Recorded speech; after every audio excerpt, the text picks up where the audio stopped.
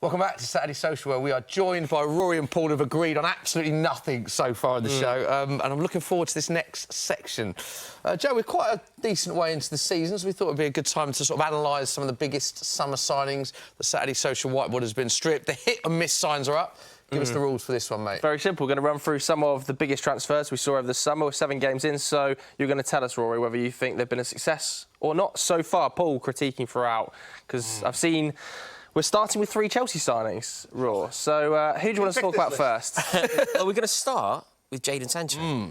And when you think about the expectation that he came into the club with, I think people were quite lukewarm on it, quite flat. Hadn't really seen him have a good game for Manchester You weren't even lukewarm on him, were you? No, I didn't particularly think that... I didn't think that we needed him, and I was also slightly concerned because I can't really remember him having a good game for Manchester United. Maybe when he scored a goal against Liverpool once, but that's like... feels a long time ago, and that's the only real thing I can remember during his career at Manchester United. So I was worried, but he's been great. I think he's been really, surprisingly good. Came on against Bournemouth, totally changed the game. We were struggling that day, and he looked excellent. I think you could almost argue that he's played better for Chelsea than he ever did for Manchester United already. Paul, thoughts on... I do. I think he's hit, and I just don't think we should have been shocked. This is like it was supposed to be a generational talent, you know, done it at the Bundesliga, and look, it's no criticism to go to Manchester United and have it not work. I think we've seen, with the greatest respect, I think we've seen a number of really good players go there and just not be the, you know, it's not the right club, not the right fit, not the right tactics. So no, I think he's a brilliant player. I wanted him at Liverpool years ago before he made the big move. And, yeah. Are you surprised that he's locked down that left wing role? Because, you know, coming into the season, the amount of talent in the wide areas... Undroppable. He has made himself undroppable, which is so impressive, because prior to him demonstrating the form that he's managed to do, I think a lot of people would have said that Pedro Neto would be ahead of him in the pecking order. Yeah. I mean, Mykhailo Mudryk, although he's been woeful, has been at the club for a long time and cost a lot of money. Some people thought that Enzo Maresca's one of his biggest responsibilities was to coax a performance out of Mudryk, but there is now no conversation. You know, Jadon Sancho is part of our front 3. 3 Premier League assists. Only Cole Palmer with more assists for Chelsea this season. It brings us nicely on to the player that you did just previously mention, Pedro Neto, yeah. Who I also think has been a success, by the way. Maybe not to the degree, but he's already contributing, already playing well, looking at home with his teammates. There's a telepathic understanding between a lot of our front players, and I think that you could almost argue, which will be testified by what we're about to say here, 2 hits. Is this fair to say? Chelsea have the most strength in depth in the whole Premier League of the front player. No. Shut up. No, you could argue that we have the least strength. You could argue that we have the least strength in depth of our defensive players. Like, we don't really have much cover at the back. But got a big old squad though. Can we just go to Paul on that, because your reaction to his comment was just to laugh. I just love that. Yeah, it's like coming out. Elaborate on that. Coming out and doing your weekly shop, and someone who's just done like a supermarket sweep and going, they've got well more food. Like, obviously, you know what I mean? Yeah, just run absolutely wild down the aisles. Like, of course they've got the most that they should do. I would be astounded if they didn't, to be perfectly honest, because what are they doing? No, but you can spend money badly, and we've proved that. Oh yeah. I think on this particular front set of players that we have, you look at the depth. You think of the player that Noni Madueke is. You think that Cole Palmer's the best player in the league. You think that Nicholas Jackson has turned into a fairly ruthless finisher and a brilliant team player. I think that our forward line is the... So when does he start starting for you? Well, the games are going to come thick and fast. If Chelsea's season goes as we hope it will, we're going to play in excess of 60 games. There's going to be game time for Pedro Neto. But so a lot of those will be in the Conference League, won't they? And is that what Pedro Neto was bought for, do you think? I think also with Pedro Neto, I'm sure that there's an... you have to be careful with him. Yeah, you do. He's an excellent player, but he cannot play 40 games a season. Because injury record. Exactly. So we're going to have to be very careful with him. We're going to have to protect him. But you know when it really matters? For example, Anfield. Maybe that you deploy him in those games, but you do keep him insulated for the... Stick him up then. Get him up. Next player. Another Chelsea player. Yeah, another Chelsea player. How many signed in the summer? João Félix. We're putting the brakes on the love in here. 5 Premier League appearances. All 5 Premier League appearances have been as a sub. Yeah, I mean... Thoughts on that? I just think it's a ridiculous signing. I think it was a ridiculous signing first time round, and the fact that we did it again makes no sense to me. I think the idea of João Félix, you know, like the concept of João Félix, it's really good. But the reality of João Félix is it's not very good. He's if we're keeping up with the supermarket analogy, he's like the middle aisle. You know, you've not come in for an air fryer, but you've gone, I'll get one on my way out. Like, that's a really good deal. Go on, I'll take that as well. Air fryers are good, aren't they? Yeah, Quick, how they could. Yeah, but maybe that's a bad analogy then.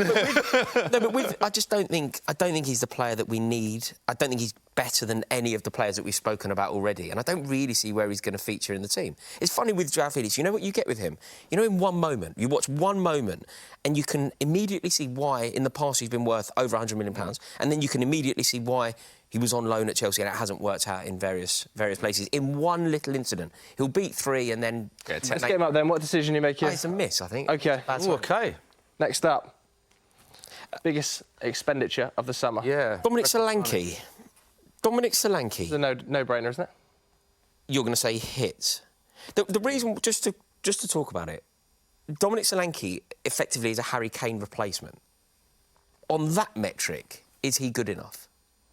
But Harry Kane arguably is the best striker, or one of the best strikers in the world. So whoever Tottenham are going to bring in is not going to be of the level of Harry Kane, to your point. That's true, but you could have been slightly more ambitious than the fellow that was scoring goals. He scored 18 goals last season, to be fair to him. He scored 4 already this campaign. And I think what you can't deny with Solanke is the way Ange wants to play, with that high press, how hard he works. He fits in nicely. He's on an upward trajectory, isn't he? But I agree on that. Was my only critique of him, was that if he's expected to fulfil the Harry Kane role of scoring 30 goals a season, I'm not convinced. There's a couple of chances in his... No, 100%. I don't think Tottenham fans expect it either. But I really like Solanke. I think he's such a smart player, and actually he's more later Kane, that drop deep, and actually facilitate people getting him beyond. I hope it works out for him on some level. Where are you sticking him? Let's give him put him as a hit. Hearing Ange, when it was asked about Solanke and Ivan Toney, he looked at both, but Dom was the one he really wanted because of the way he plays and the way he suits that system. So I think he's been good for Spurs. No. I think it's a hit. I think it's an excellent signing. And in Unai Emery, Villa have like a true genius. So that is an excellent signing. Such a mistake from Everton letting him go. He's such a good. It's difficult for them though, isn't it, with the financial situation they're in? 3 goals in all comps this season. Aaron Ramsdale. I think it's a brilliant signing for Southampton. Like, he's clearly the best player at Southampton. Like, clearly. Aaron Ramsdale starts for...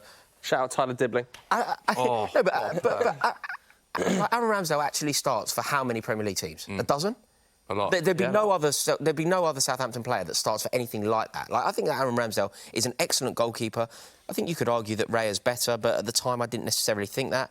It just circumstance. It hasn't gone his way, but it's a brilliant signing for Southampton. He gave a really good interview. I don't know if you saw recently, but he was asked about the move, and he said he expected to stay at Arsenal for years. Then obviously Raya comes in, who he's got a great relationship with, and actually said was the first to text him after that. But saying his hero was Jussi Jääskeläinen, who didn't win anything in his career, but he said I'd rather be playing regularly than sitting on a bench and winning. So, which I thought was actually very honest and admirable. No, he's a very genuine guy in that, and a top keeper as well. And look, the reality is you're a goalkeeper. You know, it's not like you get subbed on. Very good point. So I respect him for going and making that move. It's amazing how it's gone for him, because you know that season, like 3 seasons ago, I thought he was one of Arsenal's best players. Yeah. Starting their attacks, he was sensational. I remember in the North London derby.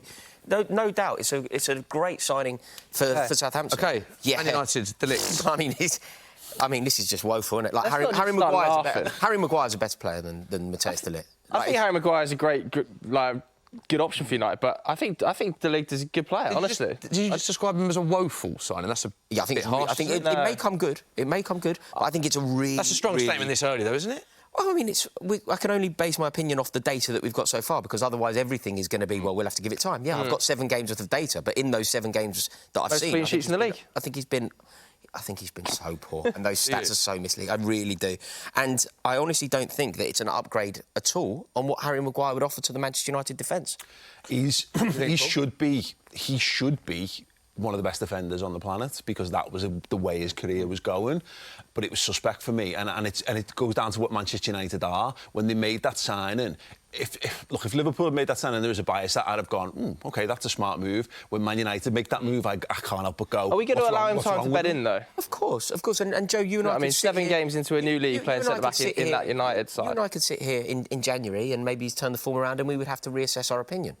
But it has looked terrible. You know, we've seen Jadon Sancho land and look good. We've seen De Ligt land and look terrible. We can only give our opinion. We're not he has been getting warmed into it, though, hasn't he? You know, he's been getting drip-fed into the side. So it's very, very early. But I think the issue is, I think his pace got exposed through the week. And look, Van der Ven will expose most people's pace. But he's meant to be the ball-playing centre-half. And the problem is he's not a defender. You know, he's not the guy who's going to do the nuts and it can't be a coincidence that he's played for so many big clubs, and now he's at Manchester United. Let's give him a chance, but okay, I see. Well, we'll go on to another United player. I mean, what miss? It's up. There's no debate, right? Absolute miss. I think he's a good player. There's something there. He's not a goal scorer, which might be a bit of an issue. It's a problem for them. No, it is a problem. That That is admittedly a problem. But like, I think his movement's brilliant. I think he's a very, very talented footballer. He wears his socks like a great player, which I think is important to remember. I think Xerxes, of all the summer signings so far, has actually shown for United, all United summer signings, has actually shown the most. Has he been as a United him fan, and Mazraoui has he have actually been all right? That you've been the most excited about for all of the signings that you bought? To be honest with you, I think the best summer signing for United has been Mazraoui so far. I actually think he's been pretty consistently good. But Xerxes, I think on the ball, he looks... The problem for Manchester United, and looking at it through the lens of that club, you can be one of Manchester United's standout signings and still be a miss because the signings are so bad. I think that's a fair point. And I think he's missed a big chance this season, so I can see your argument. But I do think there's something there with Xerxes. Yeah. Missed 2 big chances against Liverpool, which I am eternally grateful for. So yeah, that's enough for me. But I do think, look, I think there's a good player. It's just whether he's the lead the line centre forward. He's not going to score enough goals to do that. And when Højlund gets fit, are they going to play them together? And that might change. Yeah. For this. I mean, this is hard because he's not really had a chance. Ugarte, yeah. Can I make a point on Ugarte? He's only played a total of 103 minutes in the Premier League so far, just for context and perspective. So half this. For context and perspective, is that Manchester United identified that they needed a midfielder who could help them play out from the back and was a bit more mobile, and bought Manuel Ugarte, who is neither of those things. I think they wanted a player that could play alongside Kobe. Right, the fact that Paris Saint-Germain are potentially going to end up with 50 million quid for this player is their dream. They are living the dream. Je ne sais quoi. Ooh la la. They are over the moon upon the Champs-Élysées. 50 million quid they're going to get for this player. Make a decision then, Rob. The decision is made. Yeah, I don't know what he said there. I think he's got to be having some time. Ugarte, he's played 100 minutes of football. So what is he, a hit? No, I don't know. I think it's too early to say either way. No, but it's too early to say for Jadon Sancho. Sadly, he's doing very well. No, but we too early to say category. So I don't think Joe's happy that we've only got 3 of the Man United players and you put them all in miss. Yeah, interesting we didn't pick Mazraoui, isn't it? He's unhappy. It's quite often too early to say, but basing it on what we've seen so far, it's not. You also slapped all the Man United players on quite quickly, I noticed, to the category. Gündoğan. Gündoğan. I don't think it's worked. I don't think it's worked the way that it was supposed to. Really? I disagree on that. I think it's not a hit in the way of transformative midfielder, and he's going to be quite the player he was when he left. But they looked at their problem last season. Their problem was, what do we do when we've got no Rodri because we can't win without him? And they went, Gündoğan, free. Brilliant. Bring him back in. I think that's an important context here, the fact that it was a free and you've got, like, Rodri's out for the season. I know that he's had games like the first half at St James's Park. He was terrible against Newcastle. What I was going to say, didn't have his best game. But the fact that he's a free, the fact that he was captain of the club, that he knows the club, that... I mean, it's İlkay Gündoğan we're talking about. You're quite quick to put him in miss, I think, for a player of that calibre. I believe in the rule of democracy. If you want him as a hit, let's put him as a hit. It's your list. You've got to go on the start of the season, haven't you? Not historically. No, exactly. Okay. The start of the season, I think what he was brought in to do was to kind of equalise that Rodri injury, somehow change. Pep Guardiola could redefine and reimagine his midfield around İlkay Gündoğan. And he was out of his depth at St James's Park.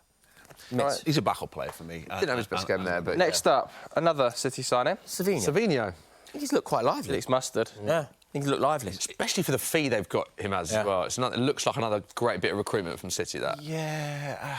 No, you're not having him? No, I've been just as excited watching him. I think he's an eye-catching footballer, isn't he? But I don't know how to rate Guardiola wingers anymore because they don't score goals and they don't really get loads of assists either. I think given his age, though, and when wingers traditionally first arrive under Pep, it takes them a little bit of time to bed in, doesn't it? Everybody usually says it takes a season. I feel like Savinho's just gone in. Hit the ground running. I think he's been a hit. I think he looks excellent. So how bad has Rory's magnet placing been on? I've got to say, a wingspan isn't what it needs to be. Calafiori. I mean, Calafiori's a hit, right? I mean, he's just been exceptional. It's impressive from Arteta because what Arsenal have done with signing Calafiori, they're the best defence in the league last year. They've gone and they've strengthened a position in which they're already strong, adding depth to the team, adding physicality. I love defence so much, don't you? Just love defence. wins your leagues. He's also scored big. I mean, Big away goal. at the What a goal. Belter. What a goal. He's a hit, by the way. All right, let's get him up. Stick him up. Great hit. Let's do a couple of quick fire ones, shall we, Raw? Let's rattle off like a few Right, quick Emil fire Smith ones. Rowe, arguably Yeah. signing of the Oh. summer. Absolutely brilliant. Arguably signing of the summer. I think he's been sensational. I think Fulham are moving in the right direction. I think he's an outside shout that Fulham make it into European spots. They're excellent. Emil Smith Rowe. Already equalled his Premier League goal involvements from previous 2 seasons combined. 2 goals and 1 Emil assist. Smith Rowe is already. excellent. Brilliant. Liam Delap, a hit, I think. Yeah. Already. Oh, Yeah. already a massive hit. Calvin Phillips, obviously not. I mean, there's just not much to say about that, is there? It's gone so wrong. I mean, the player that he was supposed to be going into Ipswich... He's not been that bad for Ipswich, man. Not been a player they need him I to know be. that Ipswich haven't won games, but I feel like he's actually come in there and been pretty steady. I don't think so. I just think it's such a... It's a gamble signing, but it's one that ultimately hasn't worked, I don't think. Yeah. This Yeah. is The an last interesting one? one, right? Harsh. Capriza Balaga. I think it's very interesting because I don't think he's a very good goalkeeper, but he's won the European Cup twice. Like, he's the best player to have ever played for Bournemouth. So kind of by that logic alone, I feel like he kind of has to be a hit. Bournemouth have never had a player of this quality, despite the fact that he's not a very good player. I watched them at Anfield the week, and Luis Diaz beat him to the ball outside his penalty area and then went round and scored. Yeah, I was also at the cup final years ago when he, the penalty specialist, and then won us the game. He has to be a hit just because of who he, like almost what he represents. this is the final one. It's like when Victor Valdez went to Borough. I think it's a success, isn't it? It's your list. Where are you sticking The final one. There we go. That magnet placement. Can I just say, can we get closer to this? Look at the state of that magnet board, Rory Jennings. There is confirmation, though, of who's a hit and who's a miss. I don't think Joe's particularly happy with the United aspect of that. I'm But just once disappointed again, overall. I'm just sad, man. I'm just sad. It's just sad. There we go. Let us know what you think at home.